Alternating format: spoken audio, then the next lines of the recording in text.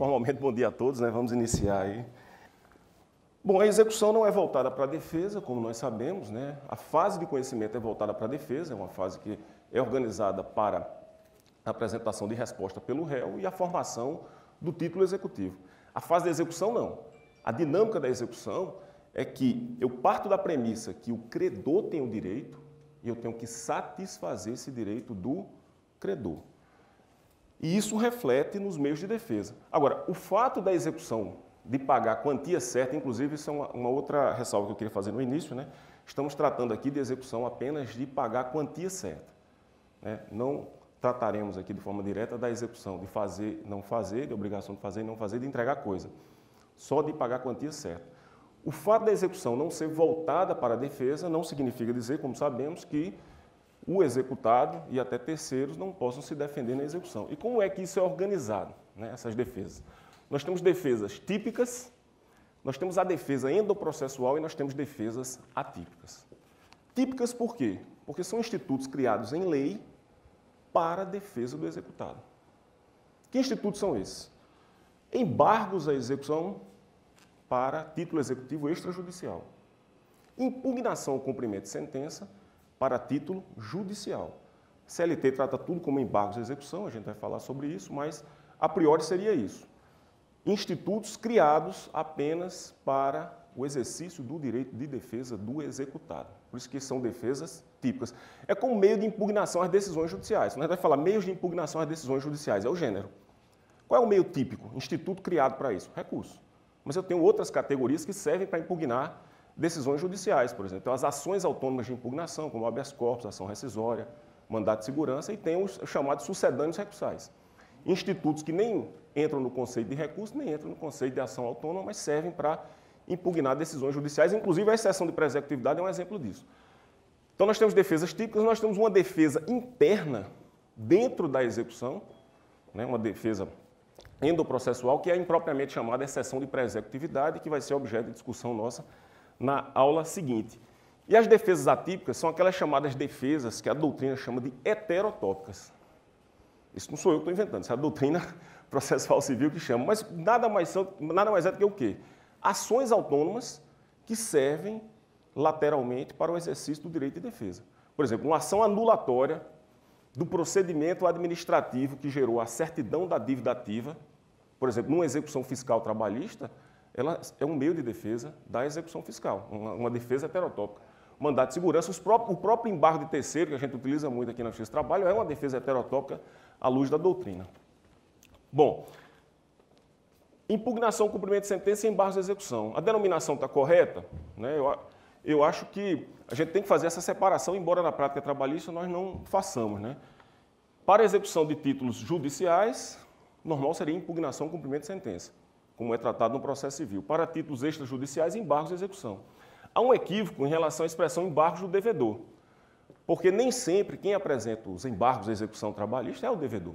Aliás, o que nos interessa na execução não é a noção de crédito. O que interessa a execução em termos de legitimidade é a ideia de responsabilidade patrimonial, que é um instituto de direito processual. A ideia de crédito e débito é um instituto de direito material. O que nos interessa é o tratamento dado pelo direito processual para aqueles sujeitos que podem responder com o seu patrimônio pela obrigação, né, que subjaz ao título executivo. E aí eu tenho casos de responsabilidade patrimonial primária, que são sujeitos que constam no título executivo, por exemplo, a empresa, e eu tenho casos de responsabilidade patrimonial secundária.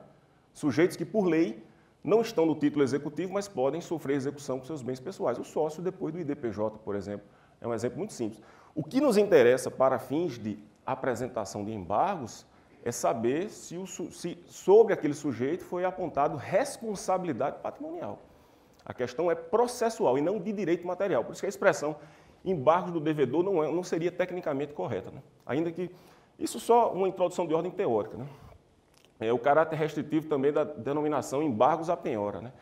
Porque a impenhorabilidade de bens é apenas uma das matérias que o executado pode alegar. Então, natureza jurídica, né? Aqui há uma polêmicazinha entre o processo civil e o processo do trabalho, tanto no processo civil como no processo do trabalho.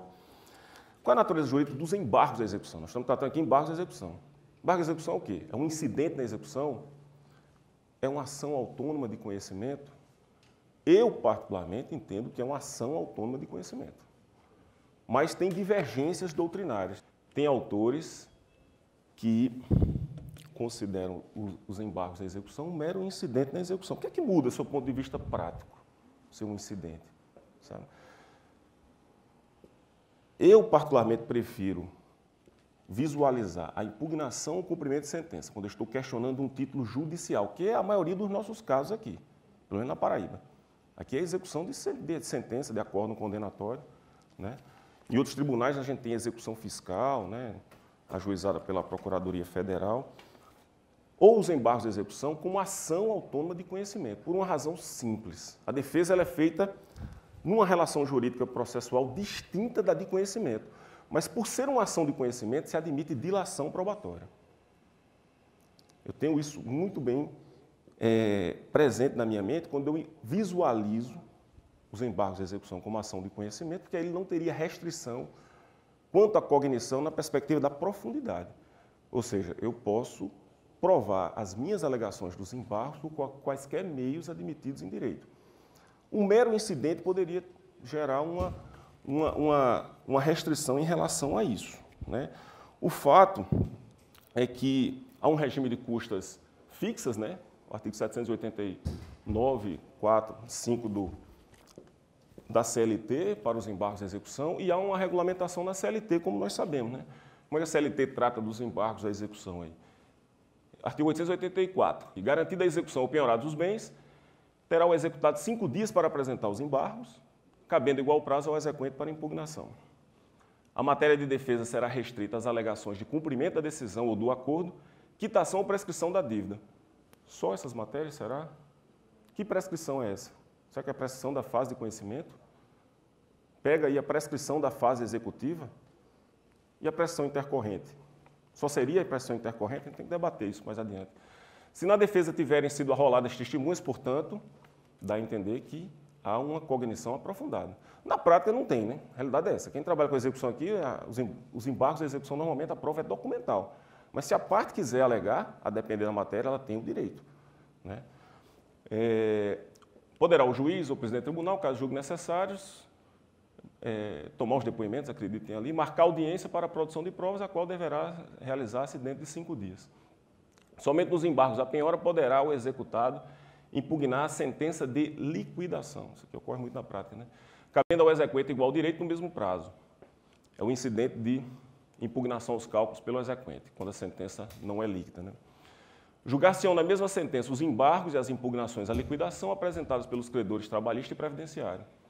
Considera-se inexigível o título judicial fundado em lei ou ato normativo declarados inconstitucionais pelo Supremo, ou em aplicação ou interpretação tidas por incompatíveis com a Constituição Federal. O Supremo já teve a oportunidade de declarar a constitucionalidade desse dispositivo e dos seus correspondentes no processo civil. E a exigência de garantia da penhora, da garantia ou penhora, não se aplica a entidades filantrópicas ou aqueles que compõem ou compuserem a diretoria dessas instituições. De empresa em recuperação judicial, eu tenho que exigir a garantia do juízo para apresentar embargos, e se não apresenta a garantia do juízo, o que é que eu faço? Eu conheço ou não conheço dos embargos de execução? Recebo como exceção de pré-executividade? Não recebo, simplesmente rejeito? Vamos ter que enfrentar esses sistemas aí. Quem tem legitimidade para apresentar embargos de execução, de maneira direta? Podem manejar os embargos de execução todos os sujeitos que forem apontados como responsáveis pelo cumprimento da obrigação exequenda, ainda que não constem no título executivo. Então, se eu apontei a responsabilidade patrimonial para alguém, ele tem legitimidade para apresentar embargos à execução. É diferente da situação de alguém que não foi apontado como responsável pela execução e teve um bem atingido pelo ato do juiz. Nesse caso, ele é terceiro. Se eu aponto alguém como responsável pela execução, ele é parte. O conceito de terceiro, inclusive, é por exclusão o conceito de parte. Terceiro é aquele que não é parte. Quem é parte? Aquele que pleiteia tutela jurisdicional, aí depende da fase de conhecimento da execução, e aquele em face de quem se tem um pedido de tutela jurisdicional. Então, se eu aponto alguém como responsável pela execução, ele é parte. Se eu não aponto e pega um bem desse terceiro, ele é terceiro. Então, a priori, ele teria os embargos de terceiro como forma de exercer o seu direito de defesa. Normalmente, na prática, apresenta embargos o executado que está sofrendo os efeitos da constrição patrimonial, decorrente do procedimento da execução. E a legitimidade passiva nos embargos de execução é atribuída aos que figurarem como parte exequente. Né? Quem é o réu nos embargos de execução é o exequente no processo. Matérias alegáveis. Né? O rol do parágrafo 1º que a gente leu anterior, do artigo 884, não é taxativo. A doutrina é tranquila, a jurisprudência também. Não são só aquelas matérias que estão lá que podem ser alegadas nos embargos de execução. Nesse sentido, podem ser invocadas supletivamente as matérias do artigo 525, parágrafo 1º do CPC. Aqui eu faço uma ressalva, né? Porque se nós não fizermos uma diferenciação em relação ao título executivo, a gente pode interpretar de forma equivocada os embargos. Porque quando se trata de impugnação ao cumprimento de sentença, que é o meio típico para se defender de uma execução de título judicial, há uma limitação cognitiva. A cognição no plano horizontal ela sofre um corte. Que corte é esse, a priori? E se for de decisão judicial, porque tem outros títulos judiciais que não provêm de decisão judicial, como, por exemplo, sentença arbitral, né? Principalmente a sentença arbitral, mas também pode ser vindo de fora da esfera civil, como a sentença penal condenatória transitada em julgado. Mas, na maioria dos nossos casos aqui, são decisões judiciais transitadas em julgado. De cara, esse parágrafo 1º do 525, que trata da impugnação ao cumprimento de sentença no CPC, ele estabelece esse corte. Qual é o corte? Matérias anteriores ao trânsito em julgado estão fora do campo de discussão da impugnação, cumprimento de sentença, que, repito, nós chamamos tudo de embargos de execução aqui. Mas a gente tem que fazer essa separação. Se é um título executivo extrajudicial, como eu não tive decisão judicial anterior, como eu não tive coisa julgada anterior, por exemplo, é um embargo de execução a um termo de ajuste de conduta do Ministério Público. É um embargo de execução de um termo de conciliação firmado perante a Comissão de Conciliação Prévia. Eu não tive nada anterior. Então, sob o ponto de vista horizontal, todas as matérias de defesa podem ser alegadas nesses embargos. Mas quando se trata de título judicial, matérias anteriores à coisa julgada já ficaram resolvidas pela coisa julgada. E aí, eventualmente, só vai restar a parte com relação a essas matérias uma defesa heterotópica tida pela doutrina chamada ação rescisória, que preenche requisitos específicos, né? E de competência originária de tribunal. Agora, a única matéria que eu posso alegar nos embargos, que é anterior à formação do título, eu não estou falando nem formação de coisa julgada material, é a questão da inexistência de citação, ou, como entende a doutrina de jurisprudência, citação nula seguida de revelia. Inexistência de citação e citação nula seguida de revelia tem o mesmo efeito jurídico, é ineficácia do processo em relação ao réu. A doutrina chama de vício transrescisório. Posso alegar fora do prazo da rescisória, que o prazo da rescisória é 2 anos, decadencial, né? A contar do trânsito em julgado. Então, se eu sofri uma condenação, nunca fui citado, eu fui citado fora das hipóteses previstas em lei, né? Quer dizer, em condição de nulidade. Houve uma citação, mas foi fora das hipóteses previstas em lei. Por exemplo, fui citado no dia do enterro de um parente de 2º grau meu, né? Que é uma hipótese vedada no CPC. Houve uma citação e, em seguida, foi revelia como se não tivesse tido a citação. E não há convalidação desse vício pela coisa julgada. Então, você pode alegar na impugnação, cumprimento de sentença. Nesse caso, aliás, você pode alegar até em exceção de pré-executividade, desde que a prova seja documental. É um vício transrescisório, é um vício gravíssimo, fere de morte a ideia de processo, que é de contraditório. Um outro exemplo também, um exemplo que é factível, a gente viu, que é até um título de um artigo do professor Zé Carlos Barbosa Moreira, citação de pessoa falecida. Cita-se por edital alguém que está em lugar incerto e não sabido, né? E na realidade, quando eu vou para a execução nos herdeiros, né, eles têm legitimidade para a execução nos limites do que receberam da herança. Se não receberam nada, não tem legitimidade, mas se receberam, respondem com seus bens pessoais, inclusive, mas nos limites da herança, que esse é um outro debate que pode se surgir na execução. Mas os herdeiros vêm ao processo e dizem, olha, na época que saiu a citação por edital, o nosso ascendente, né, o nosso pai, nossa mãe, enfim, quem faleceu aí, que era o devedor, já tinha falecido. Está aqui a certidão de óbito. Não tem um prazo para alegar esse vício. É vício gravíssimo. Aliás, tem dois vícios aí, né? Tem dois vícios. Primeiro que não teve citação, mas antes disso, você colocou no processo alguém que não tinha capacidade de ser parte.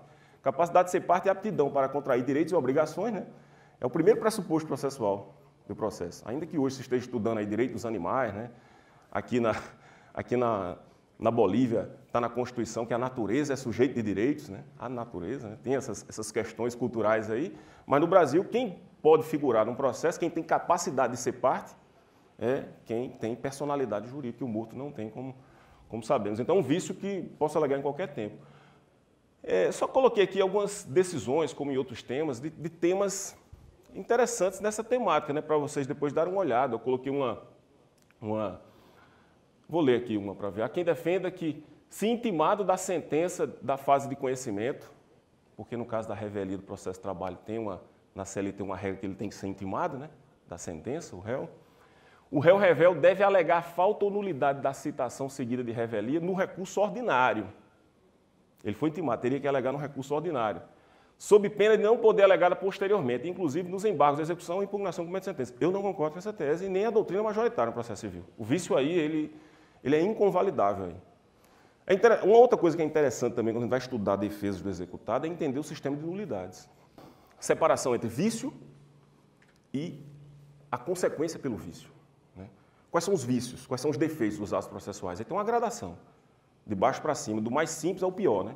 Mera irregularidade, vício que pode gerar nulidade relativa, que se convalida pela mera preclusão, vício que pode gerar nulidade absoluta, que se convalida pela coisa julgada. Dá um exemplo simples. Incompetência absoluta. Não aleguei, nem o juízo não reconheceu, proferiu a sentença, transitou em julgado, está convalidado. Só resta a rescisória. E se passou o prazo da rescisória? Hein? Um abraço, não tem o que fazer. Se convalidou. Agora, vício de inexistência jurídica, que são os gravíssimos, como esse que pega a citação, eles não se convalidam pela coisa julgada. É uma questão simples, que às vezes a gente não entende. Processos nulos se convalidam pela coisa julgada. Processo juridicamente inexistente, não. Foi até isso que surgiu, aquela chamada querela nulitatis insanáveis, né? Que todo mundo já deve ter ouvido falar aqui. Na época falaram em nulitatis porque não tinha ainda muito, historicamente, presente essa ideia de inexistência jurídica. Né? De inexistência jurídica. Tudo era nulidade, né? Tudo era questão de nulidade. Mas a querela nulitatis insanáveis nada mais é do que uma ação declaratória de inexistência jurídica. Que nem tem prazo, né? As ações declaratórias são imprescritíveis. Então, é nessa linha que a gente tem que analisar esses defeitos de citação. E eu, particularmente, não concordo com essa tese aqui de que ele teria o recurso ordinário, porque esse é um vício que não se convalida. Aqui só para ilustração, até na justiça criminal aí, viu, essa decisão do STJ está convalidando citação por WhatsApp, né? A gente só tem que ter cuidado, né? Se a gente cita por WhatsApp, né, só fazendo uma parte aqui, se a parte comparece à audiência, não alega nenhuma nulidade, perfeito. O problema é se a gente cita pelo WhatsApp, a gente já até viu, né, casos aí, o oficial de justiça diz, não, citei por WhatsApp, o cara não vem, né? Então, na dúvida, aí eu renovo pelos meios tradicionais, só para chamar a atenção disso, porque, visto de citação, lá na frente você pode zerar o processo, né? Pode zerar o processo. E legitimidade de parte, né? A legitimidade a ser questionada diz respeito à execução, e não à eventual fase de cognição. Tudo que da fase de cognição, a priori, foi sepultado pela autoridade da coisa julgada material. Então, a discussão aqui é se eu tenho legitimidade na execução, né? Se eu posso ser exequente. Por exemplo, se eu sou, no caso da sucessão causa-morte, se eu sou alguém que me apresento lá como uma pessoa que não estou habilitado no INSS como dependente do decujus, eu tenho legitimidade para figurar no polo ativo, né? E no polo passivo, quem tem legitimidade? Se eu sou um herdeiro que não recebi nada na partilha, eu tenho legitimidade? Não tenho. E o cônjuge? Esses temas podem surgir, né? E aí eu cito várias situações aqui, né? Há, por exemplo, os casos de sucessão causa-morte, do credor, do devedor, homonímia, né? Nomes idênticos, né? Mas pessoas distintas, é possível. Isso aí eu posso provar por prova testemunhal, como eu falei. Se eu parto da premissa que é uma ação de conhecimento, então há a possibilidade de aprofundamento probatório nos embargos. Não é comum, mas pode ocorrer. Pode-se questionar a legitimidade nos dois polos, né? Eu falei aqui já do caso do falecido, né? A ilegitimidade passiva, os casos de inclusão equivocada de determinada empresa na execução, alegando que é sucessora. Então, você pode incluir alguém na execução, dizendo que ela é sucessora, e a empresa, não, eu sou parte ilegítima, porque não há sucessão.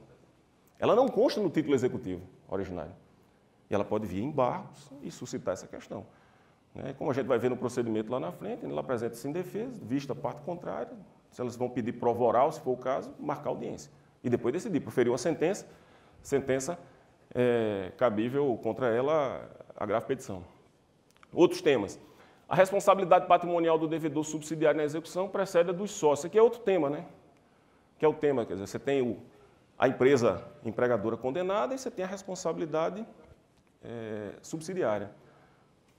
A devedora originária não tem bens, eu vou fazer o quê? Eu vou descer aqui, vou fazer um IDPJ ou eu vou passar para a subsidiária? Isso aí a jurisprudência já é tranquila, né? Que primeiro eu vou para os casos de responsabilidade patrimonial primária. Quais são os casos de responsabilidade patrimonial primária? Os sujeitos que estão no título. Quem está no título? A principal e a subsidiária. Só depois é que eu vou criar esse incidente, que é o IDPJ, né? Um incidente de desconsideração da personalidade jurídica, que tem natureza jurídica, viu? Só fazendo uma parte aqui enquanto eu tomo água, de ação incidental. A gente não vê isso, sabe? Mas quando a gente vai aprofundar, vai estudar na doutrina, o IDPJ, ele é uma ação incidental. Lá no IDPJ sai uma decisão interlocutória de mérito em cognição exauriente, até porque não há restrição cognitiva. Você abre no procedimento a possibilidade de aprofundamento probatório no IDPJ, que tem como finalidade o quê? A declaração da responsabilidade patrimonial do sócio, no caso da tradicional, né? Porque tem a inversa. Mas a natureza jurídica é de ação de conhecimento incidental, com a finalidade de declarar a responsabilidade patrimonial. Então, isso aqui seria um exemplo de ilegitimidade para alegar também esses casos em que eu não observo essa ordem, né? Empresa condenada originariamente e depois empresa condenada de forma subsidiária. É uma matéria que pode ser alegada em embargos. De acordo com o TST, o redirecionamento da execução contra sócios ou integrantes do mesmo grupo econômico da empresa falida ou em recuperação judicial não afasta a competência. É só para deixar registrado também esse tema, porque se for alegado, né? Se for alegada a ilegitimidade, né, ou até mesmo a incompetência da Justiça do Trabalho, o entendimento dominante é que mesmo que a empresa que consta no título executivo esteja em recuperação judicial, isso retira momentaneamente a nossa competência, né, na fase de execução, mas eu posso incluir na execução uma empresa que faz parte do grupo econômico, ou então eu posso realizar o incidente de desconsideração. Então, qualquer argumento em sentido contrário é para ser rejeitado na prática. Na prática, porque esse é um entendimento dominante. Até o Supremo, eventualmente, não decidir de forma diferente, né? Mas, por enquanto, é nesse sentido. Na hipótese da execução contra a pessoa jurídica, decorrer do fato desta integrar grupo econômico com a executada principal, não é necessária a instauração. Isso é um entendimento. Eu já discordo aqui, eu coloquei, até pegando de julgados. A questão é, eu vou incluir uma empresa do grupo econômico na execução, né? Ela é do grupo econômico na execução. Isso tem a ver com embargos de execução, nosso tema, porque essa empresa vai fatalmente apresentar embargos quando for penhorado seus bens. Mas eu tenho que realizar o IDPJ antes ou não? Nós temos entendimento nos dois lados, na prática da jurisprudência. Eu, particularmente, prefiro, até para evitar esse incidente, que a gente utilize similarmente o procedimento do IDPJ. Por quê? Porque ele prestigia o contraditório e a ampla defesa. Ah, Sérgio, mas aí vão dilapidar o patrimônio. Aí é tutela de urgência. Quem pede tem que apontar os requisitos do artigo 300, você dá um arresto de bens, se for o caso, tutela de urgência. Mas eu primeiro prestigio o contraditório como influência prévia. Eu cito a empresa lá, você está sendo apontada como empresa do grupo econômico aqui, estão lhe atribuindo responsabilidade patrimonial nos termos do artigo 2º lá para a segunda CLT. Aí ela se defende e nós julgamos. Sim, aqui também outra questão, ó, que pode surgir na execução também, embargos de execução. Empresa individual de responsabilidade limitada, a Eireli aí, né? O microempreendedor individual, né? Tem que fazer IDPJ nesse caso, né? Tem se entendido que não. Agora, aquela história, doutor Lindinato, que eu estava falando, eu acho que para evitar um incidente, por que não abre esse contraditório prévio? Só jogando para reflexão, entendeu? Tem julgado nos dois sentidos. Olha, o empreendedor individual se confunde com a pessoa física, mas o direito não separa. Não tem um patrimônio separado da Eireli, vamos dizer assim, né? E tem um patrimônio da pessoa natural. Ela é criada para isso, para separação de patrimônio. Então, a diferença prática para evitar esse incidente na execução seria exatamente realizar esse contraditório prévio. Realizar, mas eu, assim, registro aqui, tem posição nos dois sentidos. Nos dois sentidos. Aí vocês vão formando a convicção de vocês. Eu, como regra, assim, doutrinariamente, eu prestigio sempre essas decisões que prestigiam a ampla defesa, o contraditório, até para chegar lá na frente e dizer, olha, você não saiu atropelando nada, não, eu dei a oportunidade. Mas aí cada um vai refletindo aí, porque não tem ainda uma posição definida aí no âmbito do TST. E os cônjuges, né? O cônjuge, a gente não vai muito atrás do cônjuge, né? A realidade é essa. A gente executa a pessoa física, a pessoa natural, mas a gente não vai muito atrás do cônjuge. Mas o cônjuge consta como responsável patrimonial secundário. A meação do cônjuge não responde quando a dívida não é revertida em benefício do casal. Quando a dívida não é revertida em benefício do casal. Mas e se a dívida for? Será que o cônjuge, no caso da dívida trabalhista, presumindo que ele foi beneficiado, e ele inclusive tem legitimidade para apresentar embargos à execução, e para a defesa da meação ele tem legitimidade para embargo de terceiro, a gente vai ver isso, né? E há uma fungibilidade nesse aspecto, segundo a doutrina e a jurisprudência. Mas a questão é essa, né? Presume-se que ele foi beneficiado e aí ele responde. Tem algumas hipóteses no Código Civil que exclui, sabe? Que exclui essa comunicabilidade de bens. São poucas hipóteses no Código Civil. Bem doado anteriormente ao casamento, né? Tem algumas hipóteses nesse sentido. Mas quem teria que demonstrar que não teria, a priori, né? Estou pensando alto e refletindo em conjunto com todos vocês aqui, que não teria responsabilidade patrimonial seria o cônjuge, a priori. Mas a regra geral é essa, né? Se a dívida foi revertida em benefício do casal, o cônjuge tem responsabilidade com seus bens pessoais. Porque tem muito isso também, viu? O cara abre uma empresa, mas os bens são tudo, ele é sócio, mas os bens são tudo no nome do cônjuge. Né? Tirando imóvel que é registrado nos dois, mas estou dizendo outros bens, tudo no nome do cônjuge. Aí tem decisões em todos os sentidos aqui. Aliás, tem um outro tema, para eu ler rápido aqui, que é o seguinte, olha, uma coisa é Sérgio foi condenado a pagar. E aí, Sérgio está no título executivo. E aí, minha esposa seria executada, presumindo que a dívida foi revertida em benefício do casal. Essa é uma situação. A outra é, a empresa de Sérgio foi condenada. Sérgio chegou na execução pelo IDPJ. E aí, o cônjuge de Sérgio vai responder, que é uma situação distinta, né? Uma coisa sou eu estar no título executivo, outra coisa sou eu chegar depois por um caso de responsabilidade patrimonial secundária. E aí a gente tem que refletir se essa responsabilidade do cônjuge pega o caso do sócio. Aí tem decisões aí que eu coloquei para vocês para reflexão, né? Pra reflexão. Eu acho que esse caso de estar no título, ele é mais tranquila, exatamente. Chegar no IDPJ já é mais complicado um pouco. Você poderia, nessa segunda situação, inverter o ônus. Se na primeira situação o ônus da prova de que não há comunicabilidade seria do cônjuge, na segunda seria do exequente. Provar uma fraude, vamos dizer assim, aos credores, né? Você tem um funcionamento empresarial que é feito para não pagar os credores e na execução. É uma sugestão. Mas tem várias decisões aqui, muitas delas afastando a responsabilidade do cônjuge.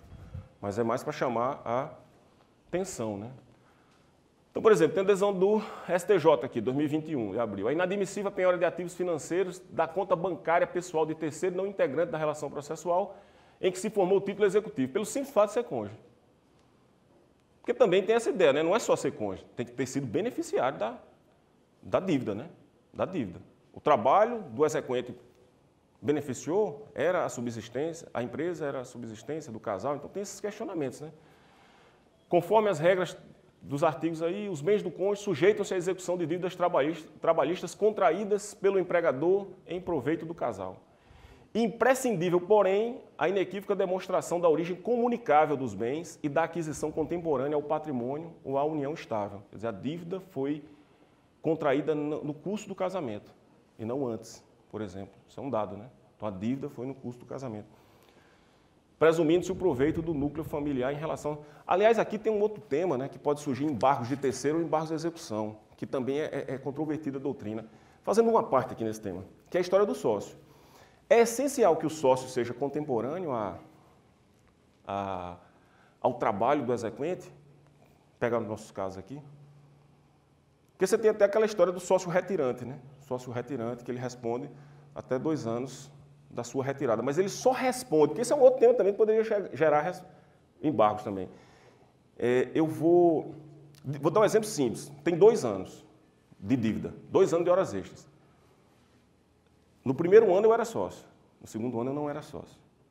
Aí eu só respondo, depois do IDPJ do primeiro ano, que eu era sócio, eu respondo por tudo, depois eu resolvo na esfera civil. É outro tema que pode surgir embargos na execução. Não sei se fui claro na observação, né? Tem decisões nos 2 sentidos também, viu? Tem decisão no sentido de que, olha, ser beneficiário é essencial. O IDPJ tem outros que não, a responsabilidade é por lei. Eles é que resolvam entre eles, essa questão foi beneficiário ou não, você vai responder com a pessoa jurídica e os demais sócios. Então, é um ônus de ser sócio, de ser da empresa, que ainda aquele trabalho anterior, ele gerou frutos para a empresa e você se beneficiou da empresa. Ou não, né? Então, tudo depende de como você vai raciocinar. Mas imagine esse embargo de execução, né? Doutor George, olha, eu só fui sócio em 2020. Em 2021 eu já tinha saído da empresa. Então, 2020 era 50 mil a dívida. 2021 era 70 mil, 120 mil. Então, eu só posso responder com o meu patrimônio pelos 50 mil. Procedente os embargos ou improcedente? A questão é essa. 50 mil? 50 e 70, né? Para diferenciar, para não ficar confundindo. 70 ele não era sócio, que foi 2021, horas extras. Né? Então, pode surgir esse tema. Eu só tenho legitimidade patrimonial na época que eu era sócio. Interpretando... Bom, tem outros casos, né? Nos termos do artigo tal, os bens do cônjuge ou companheiro nos casos que seus bens são ameação, o redirecionamento da execução em face do cônjuge do sócio executada não prospera, que aqui já é aquela situação do sócio que eu falei para vocês. Né? Uma coisa é executar os bens do cônjuge do responsável patrimonial primário. Outra coisa já é do sócio. Mas também, olha, nesses temas aí, para resumir, né, depois o material foi disponibilizado, cada um dá uma olhadinha nas decisões, são nos 2 sentidos. Nos 2 sentidos. Sabe? Nos 2 sentidos aí. Então, você tem várias situações que podem gerar essa alegação de ilegitimidade nos embargos de execução envolvendo bens de cônjuge, né? E que nós não utilizamos. Mas o fato é que temos que também começar a partir para essa... Porque está na lei, né? Não é nenhum abuso, né? Está na lei, começar a executar. Às vezes a gente vai conseguir dar alguma efetividade na execução nessa perspectiva. E esperar a pacificação, né? Um outro tema que eu achei interessante aqui é o seguinte, nesse aqui que pode surgir um dia só para fins de registro também, né? Que é o seguinte, e no caso de cuidador, hein, de parentes lá, idoso, doente normalmente, quem responde? Por exemplo, é a família ou só, vou dar um exemplo, a idosa ou o idoso que está sendo cuidado? Aí você tem uma dívida trabalhista do cuidador. Aí vou executar. Só vou em cima do CPF do idoso, da idosa, enfim, ou vou pegar os familiares. Você tem decisão nos 2 sentidos aqui. Hein? É isso. Ó, nos 2 sentidos aqui, tese 1 e tese 2 aqui, ó. Tese 1 e tese 2. Tese 1. A prestação, isso aqui é de julgado, viu? É de ementa de julgado que eu peguei para reflexão. A prestação dos serviços pela reclamante, como cuidadora de idosa, era direcionada à idosa, sendo que esta, a idosa, a responsável por custear as despesas com a contraprestação dos serviços e a beneficiária exclusiva do serviço. O fato de os filhos ajudarem a mãe em assuntos relacionados à administração da casa não os faz beneficiários. Então, isso é uma tese, né? A outra, considerando que o cuidado da pessoa idosa favorece todos os membros da família, pois os filhos têm o interesse e o dever de dar assistência aos pais, reconhece a filha e o genro, está no julgado, como beneficiários dos serviços prestados pela reclamante, mantendo-se a responsabilidade solidária que lhes foi atribuída pelos créditos decorrentes do vínculo de emprego. Sabe? Bom, aí tem 2 teses, né? Aí, 2 teses, a gente tem que... Né, no título executivo está o idoso ou a idosa, nesse exemplo. Né? Aí a questão é, você vai ampliar para os membros da família ou não? Aí, outro tema aqui é a inexigibilidade do título, né? Porque nós sabemos que os atributos da obrigação que subjazem ao título executivo, como nós sabemos, é a certeza certa, líquida e exigível. Né? Então, uma das hipóteses de inexigibilidade é a decisão inconstitucional, a decisão com base em critério tido pelo Supremo como inconstitucional. Né? Até tivemos um caso recente na questão dos juros, atualização monetária, e, embora naquele caso o próprio Supremo definiu questões de direito intertemporal. Essa questão, ela Tinha uma polêmica lá, se é constitucional ou não, né? Porque você teria uma eficácia rescisória dos embargos de execução. Né? E o Supremo já declarou a constitucionalidade daqueles dispositivos. Está na CLT e está no CPC. Então, tem esse julgado aqui, eu não vou ler, né? Explicando a tese repetitiva 360 e tem o RE aí. E a tese é da constitucionalidade. O que nos interessa para fins dos embargos de execução é o seguinte: a decisão do STF não está dita lá, mas tem que ser do plenário, viu? Não é a decisão do ministro só, porque ela só tem o status de precedente, ela só tem orientação vinculante para o futuro se for do plenário. Se ela puder ser revertida, eu não vou poder utilizar isso em embargos de execução. Então a gente tem que analisar se for uma decisão do plenário. Deve ser anterior ao trânsito em julgado, a decisão do STF, para fins de cabimento dos embargos de execução. Então o STF tem uma decisão, né, proferida em controle concentrado e constitucionalidade. Há uma decisão posterior, né, na execução contrária, né, ou envolvendo a execução, envolvendo o título executivo, contrária à tese do Supremo, eu posso declarar a ineficácia desse título executivo em embargos de execução. Em embargos de execução, o texto é claro. Em embargos de execução. Agora, se foi posterior à decisão do Supremo, você já está executando o título, né? O título tem um critério decisório. Aí veio o Supremo posteriormente e definiu um critério incompatível com a decisão anterior. Ou a decisão anterior está incompatível com a nova decisão do Supremo, com a que está valendo. Aí só rescisória. Aí você tem que entrar no tribunal. Então, é possível a utilização dos embargos à execução com eficácia rescisória. E o Supremo já declarou a constitucionalidade desses dispositivos. Aí tem que analisar caso a caso. A pergunta é ineficácia do título, né? Mas a pergunta é, poderia conhecer de ofício o juiz essa matéria, sem provocação? Vou pegar um exemplo que não é o caso aí, porque o Supremo definiu do direito intertemporal dessa questão do IPCA, depois a taxa Selic, né? Enfim, já abrangendo ali juros, atualização monetária, mas o juiz poderia chegar de ofício, vou modificar aqui. Eu acho que não, sabe? Acho que esse tema teria que ter a alegação da parte, mas fica aí a reflexão, né? Fica a reflexão de vocês. Outro tema é penhora, né? Penhora incorreta e avaliação errônea, né? No nosso caso, tem sentido essa disposição porque a garantia do juiz é um pressuposto, né? Para a apresentação dos embargos à execução. Então, é possível que já tenha penhora, né? E aí tem diversas decisões aqui envolvendo temas de impenhorabilidade, né? No processo civil não tem muito sentido, por quê? Porque não é uma exigência da garantia do juiz para a apresentação de impugnação, cumprimento de sentença ou embargos de execução. Embargos de execução, inclusive, fazendo uma parte aqui, de título. Quando eu digo embargos de execução no processo civil, estou me referindo a título extrajudicial, né? Execução de um cheque, etc. O prazo dele é de 15 dias a contar da citação. Ordinariamente, você é citado para pagar em 3 dias. Mas a contar dessa citação, nos 15 dias, você pode apresentar embargo sem garantia do juízo. Já a impugnação, cumprimento de sentença, tem um prazo um pouquinho diferente, e isso interfere na questão da suspensão ou não da execução, a partir da apresentação dessa defesa. Mas no nosso caso, não, é da garantia do juiz. Então, os temas de penhora, eles são tratados. Aí aqui eu só passando rápido aqui, né, são algumas decisões, né, que eu peguei aqui envolvendo impenhorabilidade, né. Então, assim, conforme entende o TST, o fato do bem de família ter sido dado em garantia hipotecária não afasta a impenhorabilidade de que trata a lei do bem de família, né, porquanto não se admite renúncia ao direito social à moradia. Né, eu posso renunciar ou não à impenhorabilidade? Aliás, é um outro tema interessante esse aí. A impenhorabilidade de bens é matéria de ordem pública ou é de interesse da parte? Porque na doutrina processual civil eles têm esse debate. Se o juiz me intima para indicar um bem a penhora, eu indico um bem de família, depois eu posso arguir a impenhorabilidade desse bem ou eu incorri em preclusão lógica?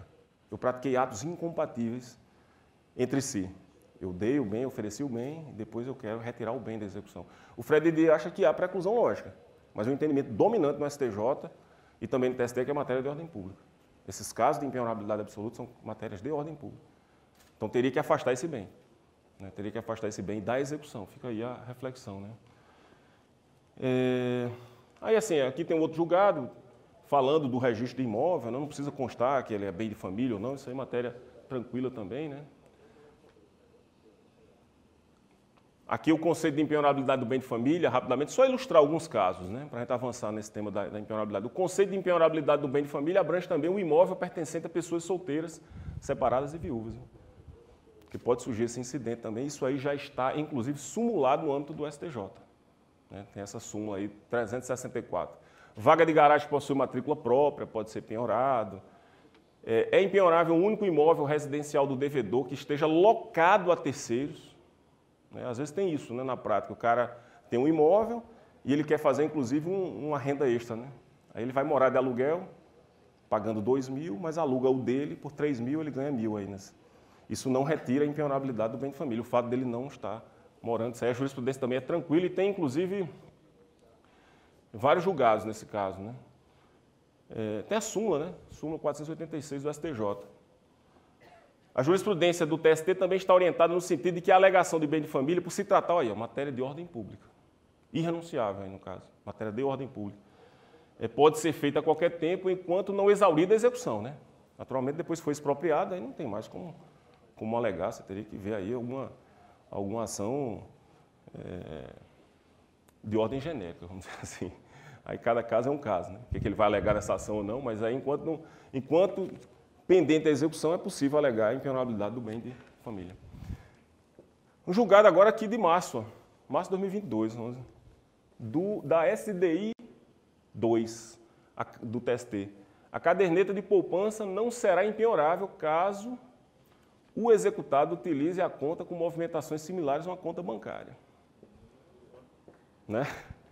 Porque o mal devedor ele fica utilizando artifícios ali para fugir da execução. Então tem que identificar essas situações aí. E aí seria rejeitado os embargos. Né? Nesse caso seria rejeitado. Né? Então são exemplos que podem surgir nos embargos de execução e que a gente vai julgar procedente ou improcedente conforme o caso. Outro tema, excesso de execução ou acumulação indevida de execuções. Essa acumulação indevida de execuções a gente não pega aqui. Agora, excesso de execução a gente pode pegar. Né? Questionamento de cálculos, etc., que inclusive nós vimos lá no artigo 884, tem que ser feito a priori nos embargos à execução. Primeira coisa, que não confundir excesso de execução com excesso de penhora. Né? Por exemplo, se o cara só tem um imóvel ou um bem cujo valor avaliado é bem superior da execução, eu não tenho outro jeito, tenho que penhorar esse imóvel. Agora, os limites da execução são os limites do título executivo. Haveria um excesso, né, um excesso de constrição, vamos dizer aí, mas não teria outra situação. Agora, por exemplo, se ele tem dois bens e um bem já cobre a execução, aí eu tenho que liberar outro bem. Haveria, tecnicamente mesmo, aí o excesso de penhora. E o excesso de execução, quando o executado alegar que o exequente em excesso de execução pleiteia quantia superior à resultante da sentença, cumprir-lhe-á declarar de imediato o valor que entende correto. Né? Está lá no CPC, apresentando demonstrativo discriminado e atualizado o seu débito. E a CLT também tem regra nesse sentido. Para quê? Porque a parte em controvérsia, a execução já é definitiva. Né? Inclusive, se tiver depósito judicial já para haver as devidas liberações, né? Mas esse tema do excesso de execução, eu tenho que apontar a parte que eu entendo que é devida e a parte que eu entendo que é indevida, eu não posso apresentar uma alegação de ordem genérica sob pena de rejeitar os embargos de execução de plano. Eu tenho que apresentar argumentos técnicos, tentar convencer o juiz de que os cálculos estão além dos devidos. Né? É o que está aí, né? Se não apontar o valor correto ou não apresentando o demonstrativo, a impugnação em base de execução será liminarmente rejeitada. Né? Então, isso já foi falado. Observe que nos embargos de execução, a parte executada também poderá impugnar os cálculos, né? Como nós tínhamos visto lá na redação do artigo 884, parágrafo 3º da CLT. Na mesma sentença, vai ser julgado os embargos e a impugnação de liquidação. Né? O melhor mesmo é a sentença líquida, né? Mas a gente sabe que nem sempre é possível isso na prática. Né? Mas é nos embargos também que a gente vai definir essa questão. E aí está aí também. Observe que o exequente também poderá impugnar a conta de liquidação, apontando de forma específica em correções de cálculo e eventual violação da matéria de ordem pública. Em peça autônoma e independente de ter o executado ofertado ou não embargos de execução. Seria no prazo dos embargos, isso aqui é uma posição do Mauro Schiave. E que prazo seria esse? Da intimação da penhora. Né? Intimação da penhora. Mesmo que o executado não apresente, aí o exequente vai lá e apresenta. Bom, incompetência, né? Incompetência pode ser alegado também embargos à execução.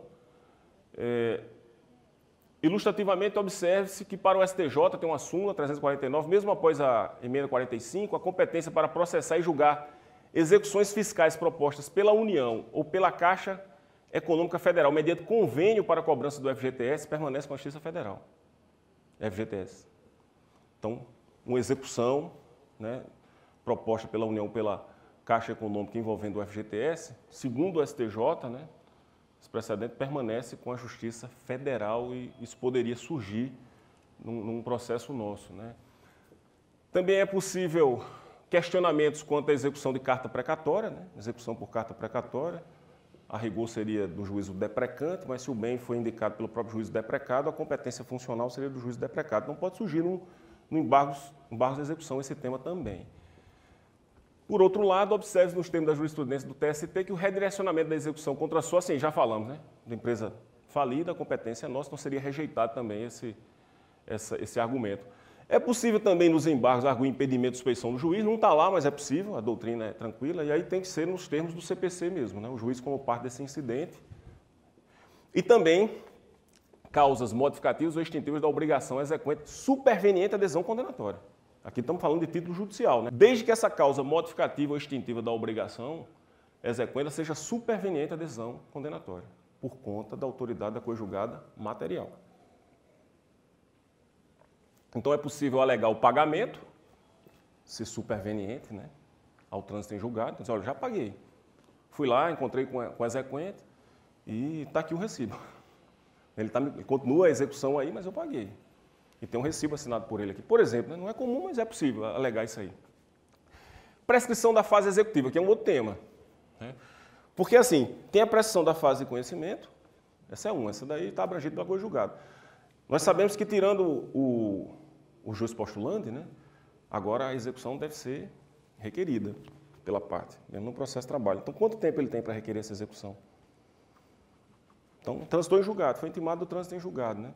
Lá na vara mesmo a gente provoca, né? Olha, intima o seu exequente para, nos termos do artigo tal da CLT, requerer execução. Ele diz claramente, requerer execução, né?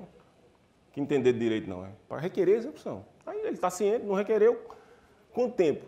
Aí 2 anos e 1 mês depois, ele vem requerer essa execução. Eu poderia aplicar de ofício essa prescrição, a de conhecimento não, o TST já tem entendimento, né?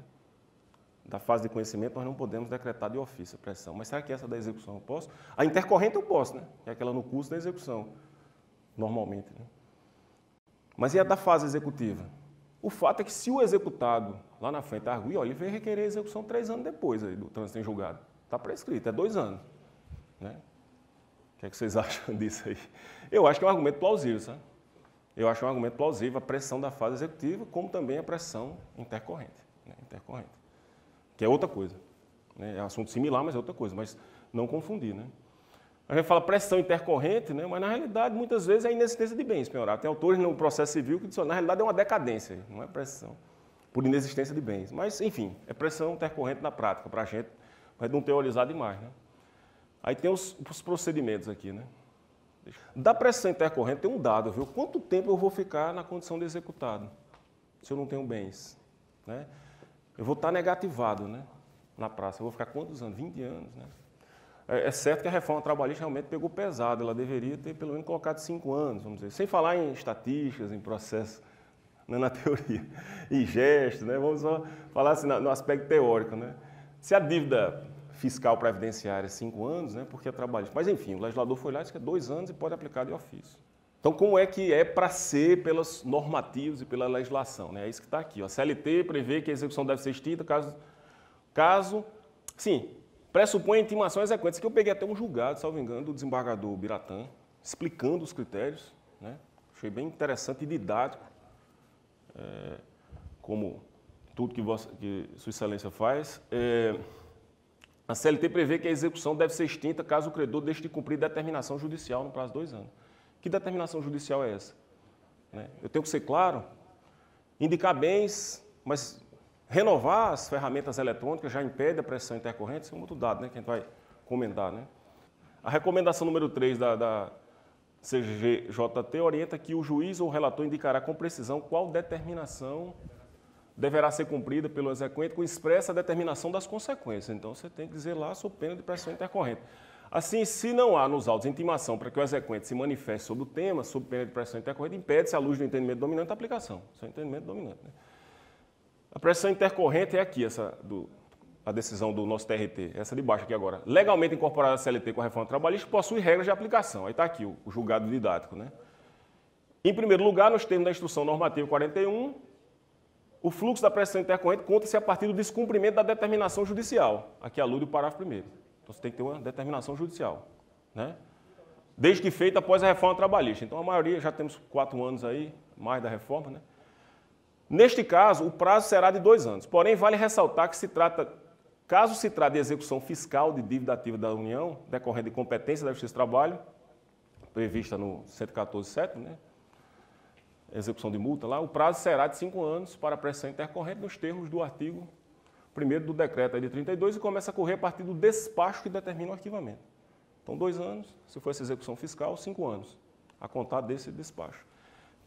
Segundo, há de se fazer a intimação da parte exequente para o cumprimento da determinação judicial, com expressa combinação das consequências. Aí é nos termos também do ato lá da CGJT, né? Esse julgado do nosso TRT observa isso. Terceiro, antes de decidir sobre a ocorrência da prestação intercorrente, deve o juiz conceder prazo à parte interessada, que é o exequente, para se manifestar sobre o tema nos termos dos artigos aí do CPC, que é o contraditório como influência prévia, não causar uma adesão surpresa. Olha, então seria como aí, né? Estou na perspectiva de aplicar a prestação intercorrente, então manifeste a respeito. Aí, o problema é esse, se for seguir isso aí, e ele disser, então renove os convênios, né? Aí renovou, não achou. Aí isso já impediu a prestação intercorrente? Não impediu. Então tem essas questões para serem consideradas. Mas o procedimento a priori seria esse, antes de decretar, né, pelo entendimento do nosso tribunal. Quarto, é necessário ainda que contemporaneamente à pronúncia da prestação intercorrente, o juiz pratique, ó, mesmo que não peça, o juiz pratique atos de tentativa executória, em especial quanto aos convênios habituais, Bacen, né? Enfim, Cisbajude, Renajude, Simba, etc. Além de abrir o contraditório antes de decretar, né, teria que fazer essas pesquisas patrimoniais, né, para poder decretar. Não satisfeitos esses requisitos, não há que declarar a prestação intercorrente. Se estamos fazendo assim na prática ou não, é uma coisa. Se em termos práticos de solução, de resolver o processo, enfim, ou não, mas enfim, esse é o entendimento que a doutrina e a jurisprudência, que como eu falei, isso é um julgado, né? Agora a legislação, o CPC mudou aqui recentemente, em 2021, na parte que trata de prestação intercorrente, pode ser uma diretriz também. Suspende-se a execução, isso é o CPC, a CLT não fala em suspensão da execução, né? Regra própria. Suspende-se a execução quando não for localizado ou executado os bens penhoráveis. O termo inicial da prescrição no curso do processo será a ciência da primeira tentativa infrutífera de localização do devedor ou de bens penhoráveis.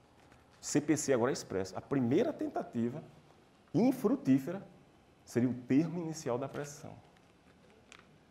Veja como os critérios... Como tem uma espécie de salada aí, se a gente for dialogar CPC com CLT, sabe? Mas o termo inicial seria esse. E a intimação do devedor, bem como para formalidades da Constituição Patrimonial, se necessária, desde que o credor cumpra os prazos previstos em lei processual fixados pelo juiz. Parágrafo 5º, o juiz, depois de ouvidas as partes, também fala em contraditório. Veja que também o CPC fala em contraditório. CLT lá é só um 11A, né? Aqui ele fala em contraditório. No prazo de 15 dias, poderá, de ofício, reconhecer a pressão no curso do processo e extingui-lo sem ônus para as partes.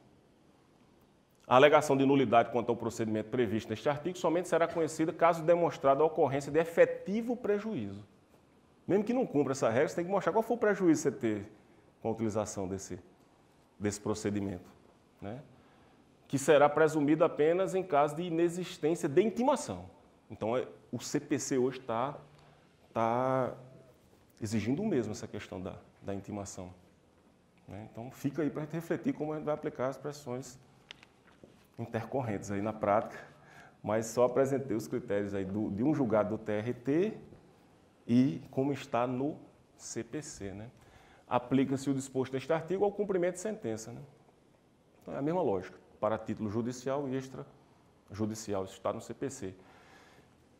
Por último, quanto a esse tópico aí, já mencionei isso também, cognição plena dos embargos de execução de títulos extrajudiciais, eu fui falado, né? Quando se trata de embargos à execução contra título extrajudicial, eu não tenho limitação cognitiva como eu tenho para os embargos à execução de título judicial.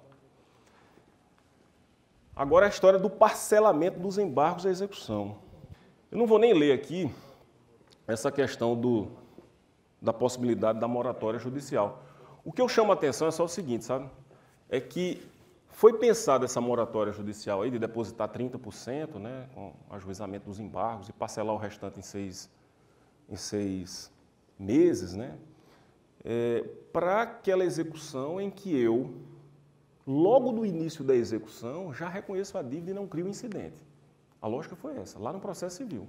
Está regulamentado isso no processo civil. Porque, como eu falei no início, né, você vai executar um título extrajudicial, o executado ele é citado, ele tem 3 dias para pagar e, nesse mesmo prazo, 15, né, até 15, ele tem para embargar. Ele chega no prazo dos embargos e diz, não, realmente, eu estou depositando 30%, quero pagar o restante em 6 meses. Ele não criou incidente nenhum da execução. E está numa lógica de título executivo extrajudicial. Sabe? É um direito subjetivo dele executado. Agora, a questão é, cabe na impugnação, cumprimento de sentença, que é a maioria dos nossos casos aqui, o texto aqui diz que não, viu? O texto aqui ele diz que não cabe. Aqui, ó, o disposto neste artigo não se aplica ao cumprimento de sentença, que são os nossos casos aqui. Os nossos casos da execução de crédito trabalhista, especificamente. Sérgio, pode usar no cumprimento de sentença? A rigor, tecnicamente, não estou dizendo, cada um tem umas práticas, né, e tal, aí, até uma perspectiva prática mesmo. Né? Não, ele já importunou tanto, vamos dar esse prazo a ele, mas isso é uma questão prática, né? Falando juridicamente. A rigor, só poderia fazer na impugnação cumprimento de sentença como negócio processual atípico. Ou o senhor exequente, concordo, então está resolvido. Agora, empurrar de goela abaixo do exequente, e às vezes de um executado que tem bens, né, que já está tudo penhorado, dinheiro penhorado, e aí no cara... Porque eu já até vi em audiência, o cara, em algumas audiências, o cara fala, não, mas no final a gente paga em 6 vezes isso aí, parcelado. Sabe? Mas será que tem direito mesmo? O cara diz na cara dura, não, a gente vai, tem recurso, e no final a gente ainda paga em 6 vezes, é melhor você aceitar o acordo. A gente fica olhando assim, será mesmo? Quando chegar na hora H, você vai ter esse direito dos 6 meses, sabe? Mas a rigor não tem. A rigor não tem. O cara pleitear no cumprimento de sentença, visto ao exequente. Se concorda, não concordando, indefiro. Agora é lógico que a gente vai olhar caso a caso, né? Mas tecnicamente não teria. Então vamos seguir, né? Sermos objetivos aí. Vamos tratar de temas agora relacionados às questões procedimentais, né? Dos embargos de execução, inclusive deve ser um pouquinho mais rápido aqui. Bom, para os embargos de execução, né, para o conhecimento dos embargos de execução, a priori tem que haver o quê? A garantia integral do juízo, né? Garantia do juízo. É possível ocorrer a garantia do juízo pelo seguro garantia, né? Aí tem um ato aqui do TST de 2019 que dispõe sobre o uso do seguro garantia judicial e fiança bancária, em substituição do depósito recursal e para a garantia da execução trabalhista. Então, é plenamente possível, né? A garantia pode ocorrer pela penhora, pode ocorrer pelo seguro-garantia, desde que atenda às diretrizes desse ato, né? Que tem uma série de diretrizes, de prazo, de o que é que deve constar ou não nesse ato aí, para poder entender como garantido o juízo. Inclusive, utilizar uma carta de fiança bancária, um seguro-garantia judicial, está lá nesse ato, em mais de um processo, porque a priori teria que ser um para cada processo, né? Constitui ato de litigância de má-fé, está lá no ato. Mas aí, quando for o caso, né, para conhecer embargos de execução e pleitear a utilização dessa ferramenta, a gente tem que consultar esse ato para poder conhecer ou não. Aqui é um enxerto de um julgado, né? A fiança bancária e o seguro-garantia judicial constitui meios hábeis à garantia do juízo trabalhista por autorização expressa do artigo 882 da CLT, sendo facultado ao devedor substituir os bens nomeados à penhora, a substituição dos bens nomeados à penhora, por esses meios de garantia que se equiparam a dinheiro, né? Nesse caso, se é um bem diferente de dinheiro, né, não tem nem o que discutir. O seguro-garantia ou uma fiança bancária aí é bem melhor para a execução. Porque o próprio ato lá regulamenta como executar isso aí, né, e qual o momento de executar. E aí é dinheiro em espécie, né? Observe o seguinte, julgado do TRT, né? Tem um julgado aqui do TRT, do desembargador Carlos Coelho, né, Só pegar a parte mais importante. Tendo a parte executada apresentada uma apólice que expressa um montante superior a 30% do valor da execução, que é uma das exigências, que a apólice tenha valor superior a 30% da execução, né? Além dos juros, atualização monetária, honorários de advogado, enfim. Com razoável data de validade, a previsão de renovação automática e proibição de rescisão bilateral tem-se por absolutamente adequado o instrumento. Então, é uma forma de garantia do juízo. As entidades filantrópicas são dispensadas da exigência de garantia do juízo para fins de oferecimento dos embargos. Então, está expresso naquele artigo que nós estudamos lá, o 884, parágrafo 6º da CLT. Então, entidades filantrópicas, tem que fazer a diferenciação, né, no caso, entre entidade filantrópica e entidade sem fins lucrativos, né, tem um regime jurídico diferente. Então, se for o caso da entidade filantrópica, ela está dispensada da garantia do juízo. Da mesma forma, são dispensadas da garantia do juízo as pessoas físicas que compõem ou compuseram a diretoria dessas entidades filantrópicas e, por algum motivo, foram incluídos no polo passivo. O diretor de uma entidade filantrópica dessa, né, eventualmente pode ser incluído na execução e, se ele apresentar embargos de execução, ele não precisa garantir o juízo. Então, isso é questão procedimental. E a empresa em recuperação judicial deve garantir o juízo? A priori, não temos competência para executar, naquele prazo do artigo 6º lá da Lei de Recuperação Judicial e Falências, uma empresa em recuperação judicial, né? Mas se eventualmente ocorrer uma execução na Justiça do Trabalho e ela tiver a necessidade de apresentar embargos à execução, né? Tivemos até recentemente aí da Oi, né? Oi Telemar, se não me engano, estava muitos embargos aí e estava em recuperação judicial, né? Apesar da restrição quanto à competência executiva trabalhista, algumas questões ainda estão pendentes de definição de jurisprudência. Por exemplo, créditos extraconcursais, créditos depois do reconhecimento do direito à recuperação judicial. Permanece na Justiça do Trabalho, não permanece? Isso é um tema, então pode surgir. É só aquela parte. Por outro lado, permanece na Justiça do Trabalho as execuções fiscais trabalhistas. A execução fiscal está fora do juízo universal. Então, pode surgir também essa discussão dos embargos da execução da empresa em recuperação judicial, né? Quanto à garantia do juízo, nós temos julgados agora, recente, do desembargador Edivaldo Andrade, de dezembro de 2021, que ele diz, tem-se entendido que, abre aspas aí, a própria lei da reforma trabalhista, né, embora isentando as empresas em recuperação judicial do depósito recursal na fase de conhecimento, nos termos do artigo 899, né, parágrafo 10 da CLT, não as dispensou da garantia da execução. Não as dispensou da garantia da execução. Prerrogativa conferida exclusivamente às entidades filantrópicas e ou aquelas que compõem ou compuseram a diretoria dessas instituições, como a gente acabou de falar. Portanto, os embargos de execução sem a garantia do juiz não podem ser conhecidos. Julgado recente. Empresa em recuperação judicial, para essa linha jurisprudencial, também tem que oferecer garantia do juiz para os embargos. O TRT, ao entender pelo não conhecimento dos embargos de execução por ausência de garantia do juiz, decidiu em conformidade com a jurisprudência do TST, no sentido que, em caso de execução, existe da parte executada que se apresente, que se encontre em recuperação judicial a garantia do juízo por meio do depósito do valor ou penhora de bens, assim como seguro garantia judicial com acréscimo de 30% da execução. Aí tem lá o artigo do CPC e o MOJ da SDI 2. O artigo 884 da CLT determina que a garantia da execução ou a penhora de bens é pressuposto para a admissibilidade dos embargos de execução, inexistindo previsão legal que isente a parte executada que se encontre em recuperação judicial. Não garantido, o juiz, pelas modalidades indicadas, não se conhece os embargos. Um julgado, agora de fevereiro de 2022, da segunda turma do TST. Então, mesmo empresa em recuperação judicial tem se entendido que tem que garantir o juízo. Aí vem uma pergunta aqui. É possível conhecer integralmente 12 embargos se o juízo só estiver garantido parcialmente por conta da inexistência de outros bens, que até o doutor Lindinaldo tinha perguntado, né? Esse é o questionamento. Não tem bens. E aí? Conheço dos embargos? Recebo com exceção de pré-executividade? Como é que eu faço aí? Se eu conheço como embargos e não como exceção de pré-executividade, eu tenho à minha disposição a possibilidade de dilação probatória, né? Exceção de pré-executividade, como a gente vai estudar semana que vem, a prova documental, pré-constituída, né? Embora a doutrina ainda insista em polemizar essa questão, com argumentos até interessantes, que a gente vai discutir semana que vem. Mas é isso, conhecer ou não conhecer. Temos um julgado recente, setembro, da desembargadora Ana Maria Madruga também, ó, em azul aqui, pela inadmissibilidade. A garantia integral da dívida exequenda é pressuposto elementar para a viabilidade processual dos embargos de execução, nos termos do artigo 884 da CLT, mesmo que a parte executada usufrutuária da justiça gratuita. Usufrutuária da justiça gratuita, que é para despesas processuais, né?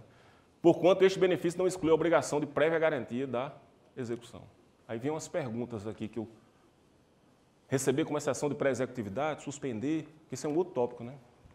Há julgados no sentido de que é inviável exigir a garantia do juiz para a oposição de embargos de execução, quando neles a parte pretende discutir a ilegitimidade. Se eu estou pretendendo discutir a minha ilegitimidade, sou um julgado da 4ª região, ó, junho de 2021. Bom, aí procedimento, questões procedimentais, né? Ajuizamento em 5 dias úteis, aí é mais sequência procedimental, para a gente ir para as perguntas. Ajuizamento em 5 dias úteis, a contar a garantia do juiz pelo executado ou da intimação da penhora. No cumprimento de sentença, fazenda pública, o prazo é 30 dias, né? Só para registro. Competência. Competência para o julgamento dos embargos é onde se processa a execução, é a competência funcional, né? Como sabemos. Suspensão da execução. Suspende os embargos da execução com garantia do juiz. Na prática, suspende, né? Na prática, suspende. A realidade é essa. Na prática, a gente vai discutir a defesa do executado para depois prosseguir com a execução, para prosseguir com a asta pública, por exemplo, com a liberação do dinheiro, se foi penhora em dinheiro. Na prática, a gente faz isso, né? No processo civil, vigora a regra do 525, parágrafo 6º, né? Se houver garantia do juiz, porque lá é diferente, né? Se houver garantia do juiz, suspende. Conosco já há garantia do juiz como pressuposto, né? Então, suspende. Suspende a execução. Até definir o julgamento dos embargos. Agora, essa suspensão vai até quando? Essa é a questão. Até o julgamento dos embargos. Porque o agravo de petição, como regra, é recebido no efeito meramente devolutivo. Se o desembargador concedeu o efeito suspensivo, aí tudo bem. Para aí, não libere o dinheiro, não leve o bem à asta pública enquanto não for julgado o agravo de petição. Aí está paralisado. Mas se não falar nada, julgou os embargos, prossegue a execução. Claro, se os embargos forem rejeitados, né? Porque os embargos podem ser acolhidos e podem excluir a parte da execução, excluir um bem penhorado, enfim, cada caso é um caso aí. Bom, contraditório, defesa, né, contestação em 5 dias, 30 dias fazendo apoio, já falei. A revelia nos embargos de execução, né, a revelia é ausência de defesa no prazo legal. Agora não há os efeitos materiais da revelia, porque muitas vezes a gente está diante da coisa julgada ali, né. Então, assim, revelia, mas os efeitos que a doutrina... Eventual dilação probatória, nós já falamos, né. Aqui, quanto à profundidade nos embargos, por ser uma ação de conhecimento, a cognição ela é exauriente. Ela é exauriente, né? Então, é possível, embora na prática a gente não vê prova pericial testemunhal, como já foi mencionado, né? Aqui, assim, a prova testemunhal, se necessária, já falamos, né? É possível. Por exemplo, o professor Romero Batista ele faz uma observação interessante aqui, ó, comprovação da existência ou inexistência de sucessão empresarial nos embargos. Grupo econômico, eu quero provar que não há sucessão, grupo econômico, nos embargos, né, alegando ilegitimidade. Então, assim, é possível. A gente não vê muito na prática, mas é possível, né? Se a parte pleitear a produção de quaisquer meios de prova, desde que não seja para alegar matéria já sepultada pela coisa julgada material, é possível nos embargos. Se estiver dentro daquelas matérias admissíveis, é plenamente possível. O juiz deve decidir... Sim, quantas testemunhas, né, se fosse aqui? A lei não diz, né? A priori, 3, né, pelo rito ordinário trabalhista, né? A lei não diz, só para fim de registro. O juiz, no máximo 3 por parte. O juiz deve decidir com base no debate travado pelas partes da impugnação. Poderá, contudo, decidir questões não alegadas pelas partes, desde que sejam matérias de ordem pública e não haja preclusão sobre elas, né, nos temas. Observe-se que, por haver novos embargos à execução ou impugnação com cumprimento de sentença conforme o caso, quando acionada a tomadora de serviço em sede de responsabilidade subsidiária ou de qualquer outra forma, quando redirecionada a execução para terceiros, né, grupo econômico. Assim, ali é a questão da prova, né, da matéria de prova. Todos esses temas aí, envolvendo responsabilidade subsidiária, solidária, etc., pode demandar uma dilação probatória. Cabe condenação em honorários? Aqui é um tema interessante, viu? Indo direto ao ponto, porque já estamos aí na nossa última hora, no CPC cabe. Que aqui há um grande tema, né, para a gente debater rapidamente, só para fim de registro. A CLT esgota os honorários no 791A, ou a gente tem que dialogar com o 85 do CPC? Eu não tenho a menor dúvida que a gente tem que dialogar. Tem casos que não tem regulamentação na CLT, por exemplo, e que eu tenho que ir no 85 CPC. Fase de conhecimento. Condenação e pagamento de pensão mensal por acidente de trabalho. Qual é a base de cálculo dos honorários? A pensão é R$ 1.200. Eu vou calcular entre 5% e 15% em R$ 1.200? Não.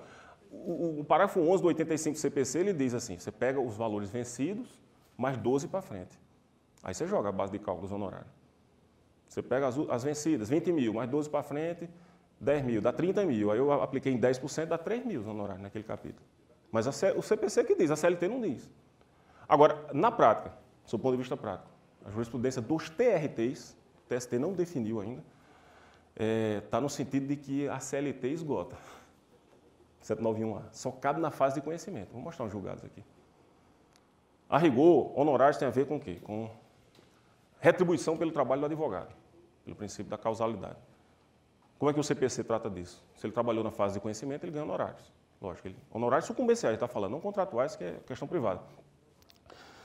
E se ele ganhou a ação, claro, né? Ganhou a demanda. Então ele ganhou na fase de conhecimento. Trabalhou na execução, novos honorários.